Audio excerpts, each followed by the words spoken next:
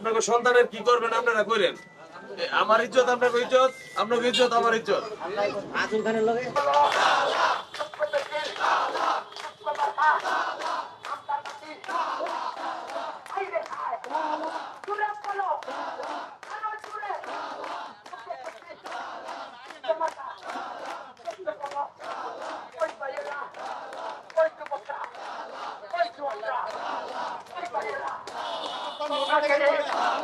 আসসালামু আলাইকুম।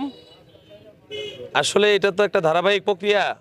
নির্বাচন আসবে, মানুষ আসবে এবং জনগণের কাছে যেতে হবে, এটাই নিয়ম। আমরা তাই করে যাচ্ছি, গণসংযোগ করে যাচ্ছি। রাত দিন এই 1 ঘন্টা ঘুমাইতে পারি না, রাত্র 3টা-4টার সময় বাসায় যাই, আবার 6টায় বের হয়ে যাই।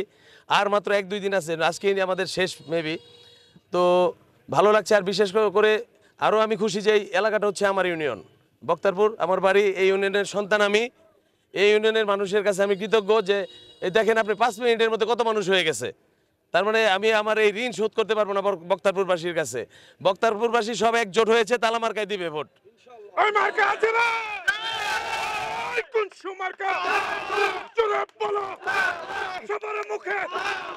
আসলে এটা এখনো বলা যাবে না, কারণ সম্মান দেওয়ার মালিক আল্লাহ, আমরা জনগণ হচ্ছে ছিলা। এখন ছোট ঘরে ব্যালটের মাধ্যমে তারা প্রমাণ করবে কে কতটুকু ভালোবাসে। তবে আমার বিশ্বাস আল্লাহর রহমতে ইনশাআল্লাহ আমরা 8 তারিখে বিজয় ছিনিয়ে আনবো ইনশাআল্লাহ।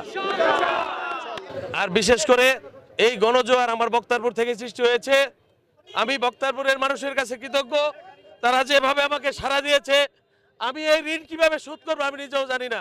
আজকে বক্তারপুরের প্রত্যেকটা ঘরে ঘরে মা বোন সবাই আজকে আমাকে যেভাবে সমর্থন দিয়েছে, আমি এই ঋণ কোনোদিন শোধ করতে পারবো না। আমার জীবন দিয়ে হলেও বক্তারপুরবাসীর ঋণ আমি শোধ করবো ইনশাআল্লাহ।